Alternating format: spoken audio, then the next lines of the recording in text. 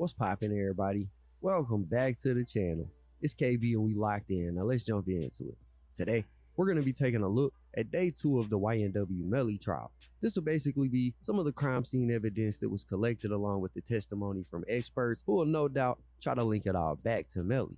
So without further ado, let's go.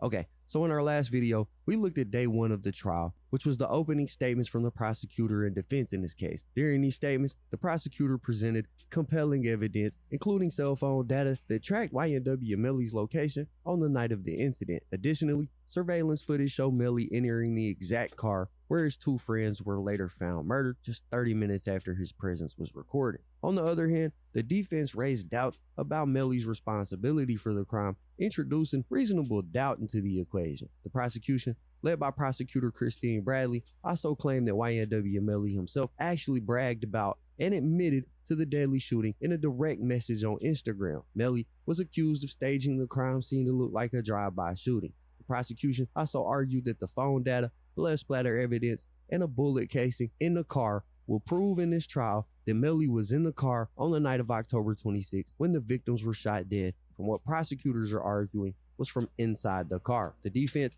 also argued that the investigators overlooked several other leads, such as Melly's co-defendant, YNW Bortland. Melly's lawyer argued that it very well could have been Bortland who committed the crime, which begs the question, will Melly testify in this trial at some point? Either way, it was suggested that once the authorities identified Melly as a potential suspect, they became fixated on him, disregarding any alternative avenues of investigation. The defense attorney further contended that the lead detective developed tunnel vision, focusing solely on Melly as a suspect, possibly motivated by the desire for personal recognition and career advancement. However, accepting this argument requires believing that a seasoned police officer would be willing to commit multiple felonies along the way. Now, I'm not saying it's impossible, but that's the leap that you would have to make to buy into that argument that the defense was making in their opening statement. If you didn't see part 1 of this trial, go to my channel right now, watch that video, and then come back here because it'll add context to what we're going to be looking at today. Or you could watch it here on my channel, you know what I mean? But for real, you could go over there, give him a like or subscribe. Do the same thing here, drop a like down below, subscribe, anything like that, show some support. So we going straight into this recap of, well, it's not a recap for him, but it's a recap for me. But you know, we usually do recap of all the recaps and all that for drawing videos. And I don't really want to talk too long anymore. I just want to just go straight into it. You know exactly what I'm doing. I'm drawing. You could see it on the side right there. It don't really make sense me debate on it much further, you know what I mean? I'm here to like gain the engagement with you guys and just go straight into what it is you came here to see. So I'm gonna go straight into today's trial. Hey, and in today's video, we'll see the crime scene details and hear testimony from experts involved in the case, and maybe start to tie some of this together. Now, Melly seems to be in high spirits as the trial progresses. He could be seen smiling, flexing, and even praying during these first few days, but it'll be interesting to see if that energy shifts as we progress through the case. Okay, so day 2 started with this lady right here, who I guess is like a crime scene investigator. Anyways, they get some testimony from her. She, I guess, investigated some kind of storage locker. She found a .40 caliber bullet in there, but nothing other than that. Her testimony was pretty lengthy, and there wasn't really nothing fruitful that came out of her cross-examination. So from here, we'll move on to the next person, which is this lady right here, who is like a forensic analyst. To be more specific, she does what's called forensic proficiency testing. And basically what she does is she goes into these forensic labs every now and then, and they test the science and the scientists to see their ability to come up with the correct result in forensic testing. So that's kind of like her niche, her job. So I assume that her testimony is going to be related to that. Okay, yeah, so I watched it so you guys don't have to. Basically what happened, I guess she got some kind of comparison request from the city for fingerprints. She did fingerprint analysis, I guess, to confirm that the fingerprint she had was YNW Melly's, but they didn't say while they were questioning her what the fingerprints were for. Maybe we'll find that out here in a minute, but needless to say, you didn't need to watch that part, so let's keep it trucking. Next thing that the prosecution does here is they enter into evidence some extra surveillance footage that they said that they was going to have, and they do have, that shows YNW Melly basically at the studio before he got in the car, before all of this goes down. And sure enough, in that footage, just like the prosecution said, you can see YNW Melly and the 2 victims and another guy get into the car that was sprayed up when Bortland ended up at that hospital that night.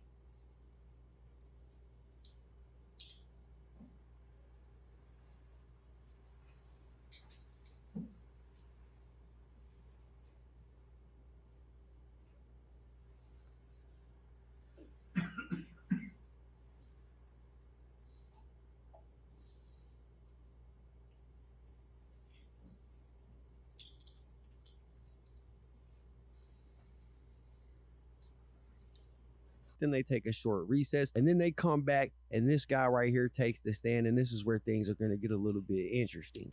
I didn't know that footage was so long. I was kind of wondering what it was doing, but so far it looks like, I don't know. It looks like, you can't really tell or say per se. I don't know, because I was hearing a lot of different stuff, and I want to watch these videos and see what's basically going on.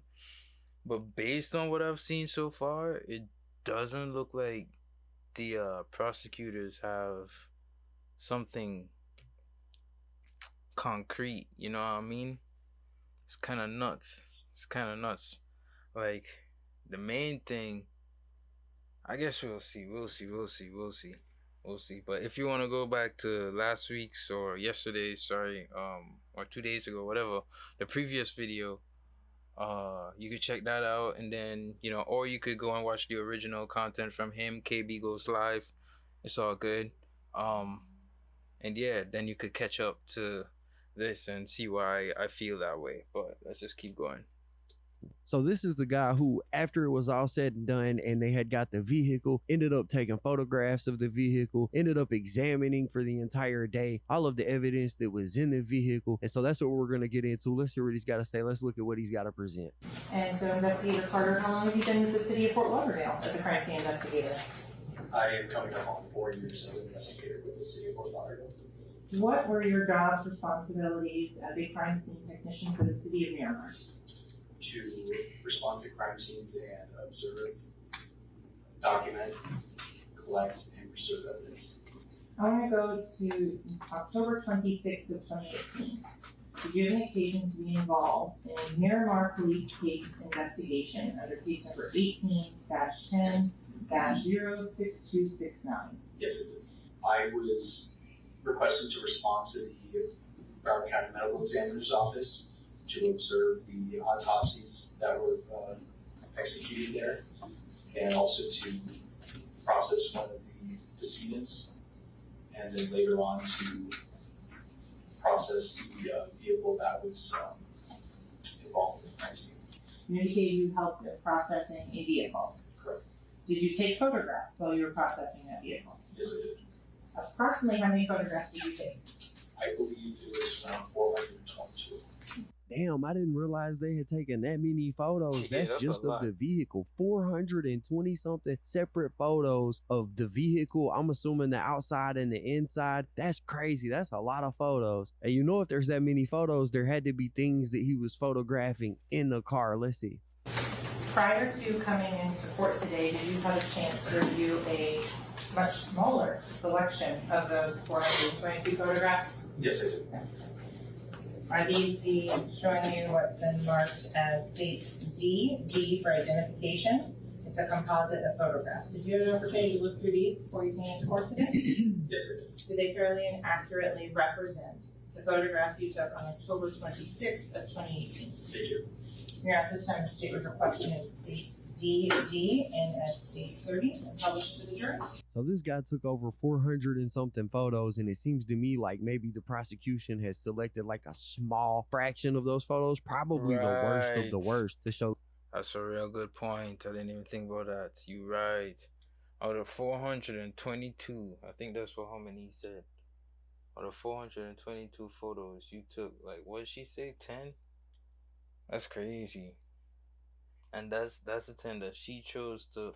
But you never know. Maybe the defense got to choose their own set of photos.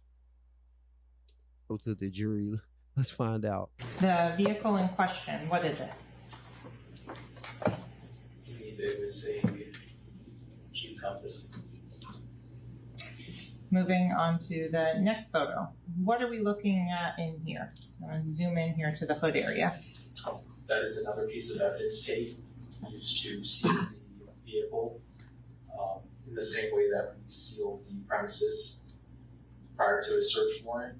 The vehicle and all of its entries are sealed prior to the search warrant being executed.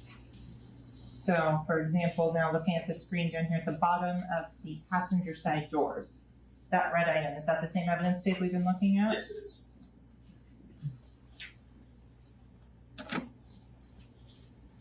Moving on. How do you think this evidence tape work? Maybe you could comment down below and interact with me real quick. I feel like maybe apart from being really adhesive and like really strong, like you can't just take it off, it's probably really, really messy. So if you do take it off, it leaves like an obvious residue on any and every surface. I mean, that's the only way I see like evidence tape to seal off entries makes sense. Like they have to leave behind some sort of obvious clue in case they were tampered with or actually taken off. Because at the end of the day, it's tape. Like somebody will be able to get it off, right? So I don't know what you think, or if anybody, what are the chances? But if anybody seeing this right now actually has the expertise in this, maybe you could comment down below. Feel free, take 5 minutes and let us into your world. Let us know a little bit about how you guys do this stuff. Like, how does this work, you know? But moving on To the next photo. What are we looking at in this image? This is showing the front passenger side portion of the vehicle. Moving on to the next photo. This is showing the exterior of the front passenger side and rear passenger side doors. Man, look at all the bullet holes. So remember that YNW Melly was saying that he was in a drive-by. They're saying that YNW Melly staged the drive-by, but either way, this is what the side of the car looked like when it was all said and done, and you could tell it got hit a bunch.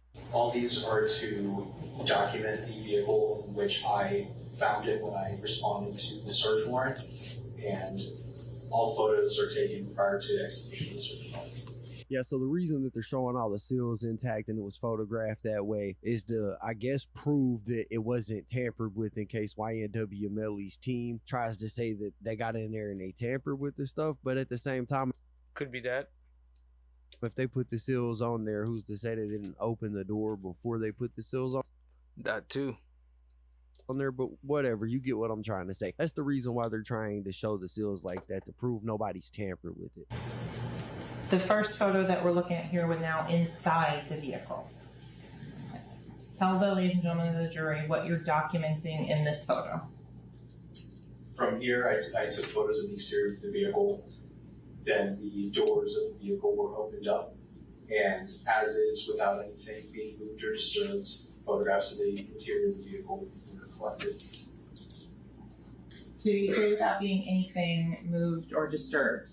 What do you do to make sure that you're not contaminating? I feel like it was real fishy of him to point that out before anyone even mentioned it, but it's all good. It's all good. Any of the evidence? I wear gloves prior to each time touching the vehicle. That goes with touching my equipment, going back to the vehicle, and vice versa. The front passenger side view that we're looking at right here. Later on are the items collected. Yes, they are. And we'll get to that in a little bit. With what area of the car are we looking at here in this next photo? My apologies. That is the area between the front passenger seat and the door jamb for the front passenger door. So if you remember correctly, it was Sack Chaser that was sitting in the front passenger seat and Juvie was sitting in the back. 1 second, guys. I'm gonna sharpen this pencil real quick. Actually, nah, I wanna hear it.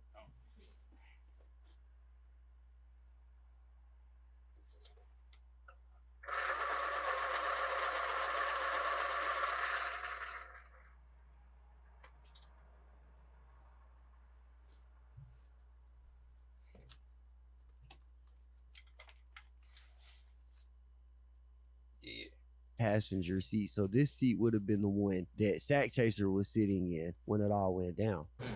Moving on into the next photograph, what are we looking at there? Those are gold caps for teeth.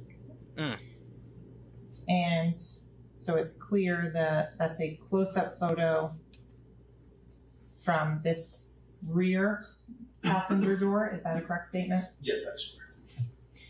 Moving on to the next image, what are we looking at in this photo? That is a spent projectile. Oh, I wonder if that's the one that they said was shot from inside of the car. You know, the one that they say Melly fired. That is the rear passenger side floorboard and the items that were found there.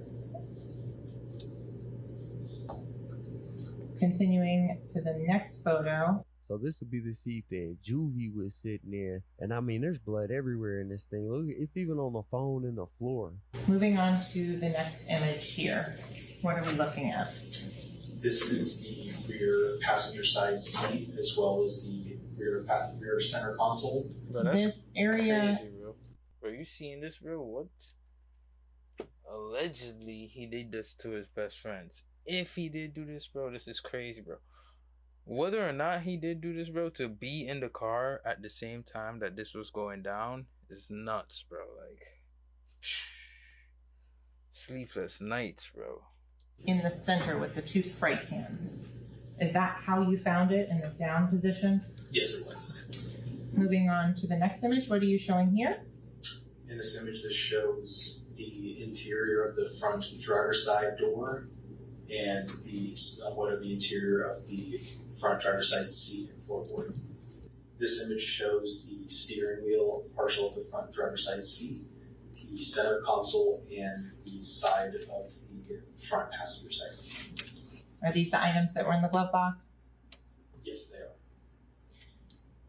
In terms of this enterprise receipt that we're looking at here, does that vehicle description listed on this enterprise receipt and VIN number match the Jeep Compass that you've been looking at?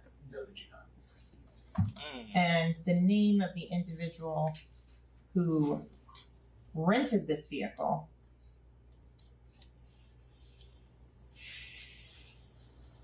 was that on this enterprise receipt? On the, and not the Jeep Compass, my apologies, I'll rephrase. The enterprise receipt, did it have a name of a renter on it? Yes, it did. And what was that? Jameson Francois. Oh, okay. So I just looked it up, and apparently this is a 100K track, which was YNW Melly's manager. That's also the name from earlier in the video when I said there was somebody giving testimony and they found, or they were looking to try to find some guns inside of a storage unit. Apparently that storage unit was a 100K track, and I'm going to assume it's because they found his name on these rental documents inside of the car where this all happened at. Just an interesting fact. I'm going to move on to the next photo here. What have you done to document the scene in this photo inside this Jeep? In this photo, it shows trajectory rods that were placed inside of the projectile defects to show an approximate path of the projectile. Investigator Carter, as you were saying, explain to the ladies and gentlemen of the jury, what are these green, red items that are now in the back seat of the Jeep? These are called trajectory rods. Like I said, they are used to show the approximate path of the projectile when it struck the surface.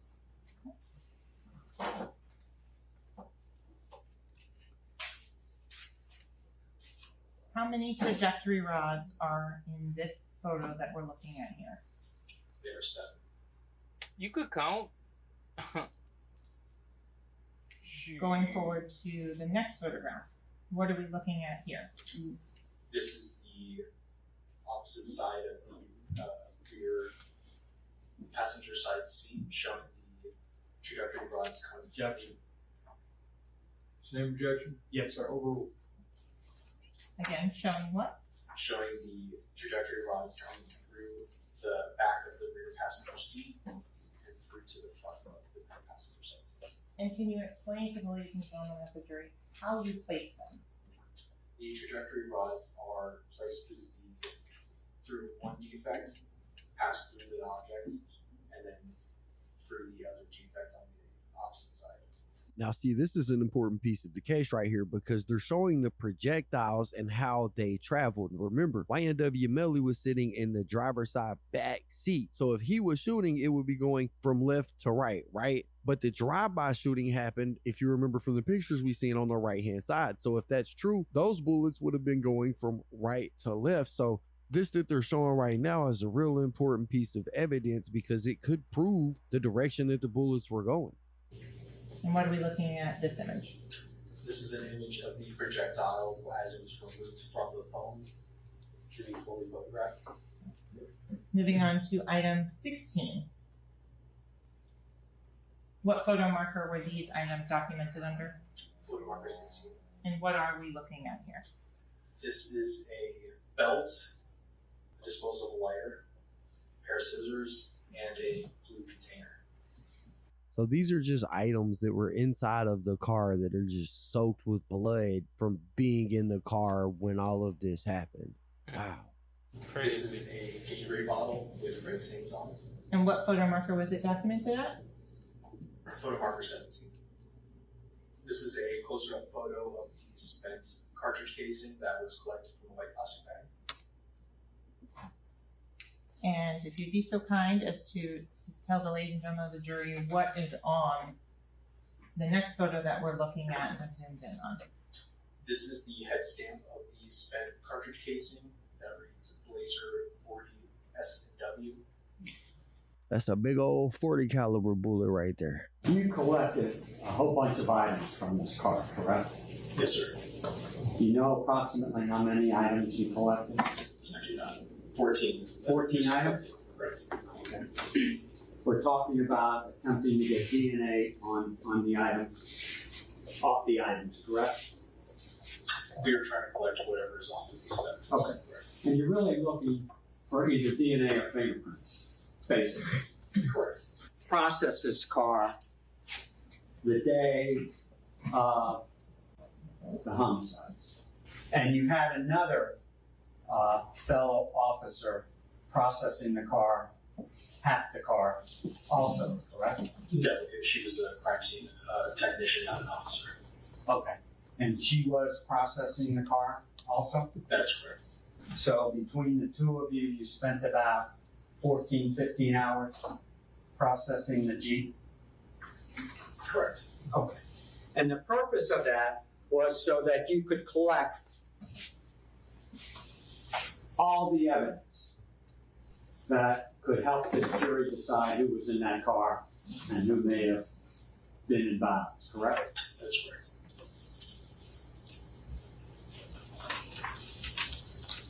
And one of the items you collected was a rental agreement, which you testified to, I think belonged to Jameson Francois, correct? That is correct. He is the person who rented the vehicle, according to those documents, correct? The vehicle listed on the documents. And that was the Jeep that you spent about 15 hours processing, correct? I believe the paperwork showed another vehicle, not the Jeep. Damn, dude really got up there and didn't even know Wait, yeah, what? Hold on. what vehicle was on the document. He pulled a Drake. Embarrassing! Call was declined. May I have one moment, John? Yeah, so basically that's it for that dude's part in this story, his testimony. That's what he had to provide. So moving on from that, next up, we got what I believe to be the second officer that processed that vehicle, the woman they were referring to. She's going to get up here. She's going to give some testimony and go over a little bit of evidence. Let's see what she's got to say. I am a certified crime scene investigator. Going back to October 26th of 2019, were you asked to assist crime scene technician or crime scene investigator Christopher Carter executing a search warrant? Yes, Okay. I was responsible for the passenger side of the vehicle. Number 3 was found on the front passenger side floorboard. Okay. The green leafy substance that is visible in this photograph, was that submitted for testing at the Broward Sheriff's Office Crime Lab? Yes, ma'am. Yeah, and I seen highlight clips going around online of the judge like trying to confirm hard that this was indeed marijuana that they found. And you can see what they're trying to do here in the first video. They were trying to tame the gang activity. Now they're trying to tame the drugs. So you guys can kind of see the narrative that they're painting as this thing goes on. Coming at his credibility and character. What are we looking at here? Yes, ma'am. This was a combination of items that were found in the pocket behind the seat. May I look at my report Yes, again? if you need to. Holy shit, is that a Bible with blood on it, bro? Yo. Oh my God. This is craziness. Yes, ma'am. And do you recall what part of the car that projectile was recovered from? I'm pretty sure that was inside of the seat. So I'm going to go forward to February 6th of 2019. Okay, On that date, did you collect glass from the Jeep? I did. What was the purpose of collecting the glass? There was glass found at a scene out on US 27. So in order to determine that it was the same glass that came from the Jeep, they had collected that glass from the scene. Yo, bro, like you just can't get away no more, bro. They're gonna match the glass, bro. They searched the highway, they found some glass, or they searched the area, found some glass, and now they're gonna match the glass, bro. You know they could even match like paint flakes. Like there's machines or whatever, there are ways that forensic scientists could match. Like let's say you hit a car and there's a murder or whatever, and it needs to be matched. They need to find out this chip of paint, like a red chip of paint on a white car, where did this come from? They could like match that, bro. That's just crazy to me. Like everything has a fingerprint almost, you know what I mean? That's why, like they said, that's why the murder weapon is so important, to match the fingerprint of the weapon to the bullet. Everything has like a leash, you know what I mean? And I went to collect the glass from the Jeep, from different parts of the Jeep, so then we could then send it off to FDLE for analysis. Okay, so they actually found glass at another scene that they think might be the crime scene, and they wanted to see if the glass from this Jeep matched the glass from that one so they could try to put two and two together. And see, things like that is why you can't beat forensic science. There were some projectiles that were recovered from the vehicle that you had not recovered during your processing of the vehicle. Yes, sir. Wow, so now we're on the defense and he's cross-examining her. And according to him, apparently there were some projectiles or bullets that were in the car that these two Einsteins didn't see when they were doing the 400 and something photographs that they took. So basically, he comes right out of the gate swinging, basically making this woman look incompetent. So you didn't find it. It's not a situation where you found the existence of the projectiles, made note of them, but were unable to recover. You just didn't find them.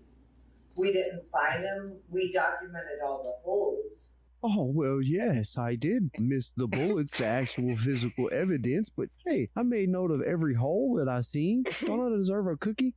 So you're saying the projectiles that you did not find were in holes, the existence of which you documented? I'm assuming. I'm not positive about that. Right. You don't even know that you found the hole that the projectiles were found. You can't say that. No. I mean, they would obviously have to be in one of the holes, but I would not know which holes. Right. You might have missed those perforations altogether, is what you're saying. I mean, it's possible. I don't know if that we did miss any, but it is possible. Right. So you can't really help to educate us. Bro, what? Yo.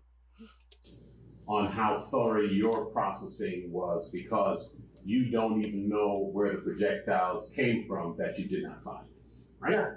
So this would be kind of a not my job situation. I took a picture of a hole, something might be in there, but let somebody else figure out whether to go check them, right? Yeah, I mean, Alright.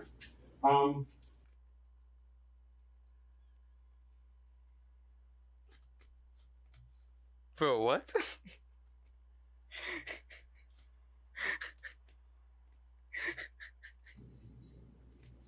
I noticed that in various parts throughout your report, it indicates Hey, yo, bro, Melly coming home, bro.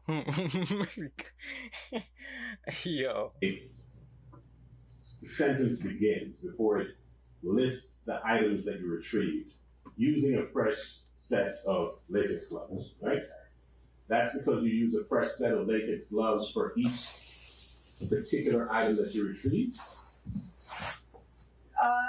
Not necessarily. If the items that we're collecting are grouped together in a group, then that's usually the same set of gloves they're already touching. Oh. If I'm changing areas, then yes, I will change my gloves. So there's a little bit of contradiction going on here. Earlier, the guy that she works with said that he would get an item, take it over, and then replace his latex gloves before he grabbed another item. She's saying that's not how she did it. If they're in the same area, she'll use the same gloves, only changing them once she changes areas, which I'm just pointing out is a little bit contradictory, but let's keep going. Okay. So if you put on a set of latex gloves, let's take, for example, we saw a photograph that juxtaposed condoms with a Bible. Okay. Unholy matrimony, right? Okay.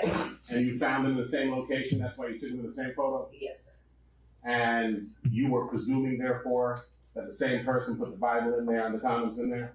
Or were you risking contaminating them by using the same gloves to retrieve them? They were all already grouped together, touching. So if there was any contamination to be done with. But how we gonna believe you? You didn't take a picture of that. And then he said we took pictures before we investigated stuff. So that means you should have pictures of them grouping before you spread it out on display, right? You should have pictures of that. Where are the pictures of that? The only pictures of them are out on display that you already touched and grouped together. You feel me? So we can't believe that. If I was in the jury, I would have been like, nah, bro, I don't believe that. Like, nah, you the police. You could have staged that, bro. Like, Already happened. Are you saying that you only change gloves for individual items when they exist in a contained compartment such that they may all be touching each other? No. If they're all touching each other, if they're in a group, like if you had a pile of bloody clothes, I'm not going to change my gloves in between each item of clothing because they're sitting on top of each other. Okay. But if there was a pile here and a pile over there, then yes, I would change my gloves in between this pile and that pile. Sorry to belabor the point, but what I thought I had heard you say is that if items are in the same area, Right.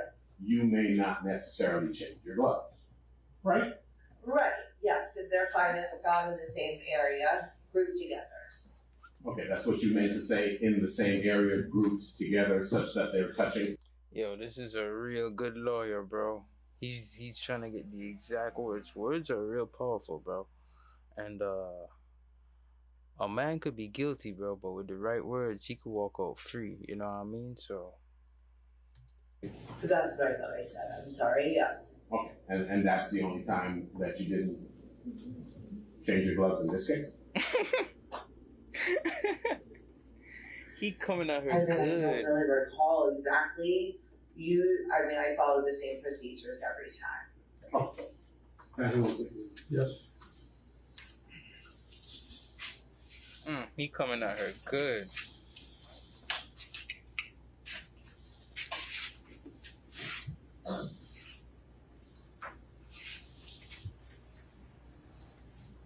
Okay. I have here. Do you have your reports with you? Yes, sir. All right. Could you reference the one that indicates the activity in which you're engaged on October the 26th of 2018. Okay. I think that's what it is. Yeah, she feeling the heat, folks. That's what she feeling the heat.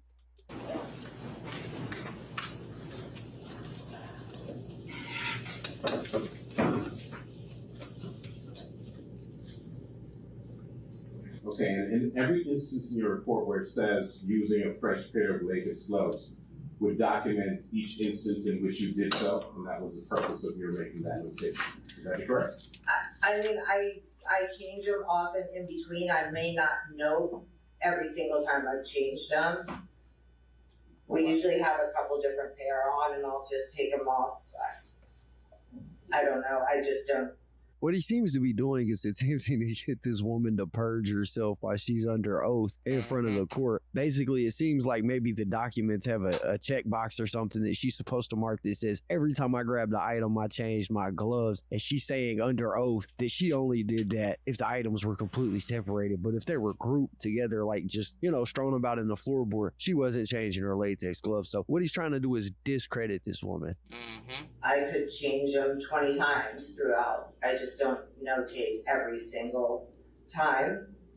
Yeah, and basically it goes on for about 20 more minutes like that with him questioning her gloves. And anyways, yeah, so that was basically it for day 2 of the YNW Melly trial. We got to see photos of the vehicle, basically the crime scene. We got to kind of see where the prosecution is going to go with this case. They're going to try to use the projectile evidence against Melly as this thing goes forward. I would be interested to see what other witnesses are going to come forward. I would imagine that Bortland is probably going to take the stand at some point, considering that this whole thing hinges kind of on a statement, a testimony that he gave to the police when he was first arrested. So I would like to see if he's going to testify. I know yesterday we seen that YNW Melly's attorney was kind of laying the blame on Bortland. So is YNW Melly going to testify and say something to that effect? We don't know. We'll have to wait and see. I know today more was going down in court, and as soon as I'm done with this video, I'll be jumping into that video so we can see what happened today. It's a real interesting case, but that's it for day 2 of the YNW Melly trial. If you guys are enjoying the content, hit the like button, subscribe, tap the notification bell so you get notified every time I upload a video.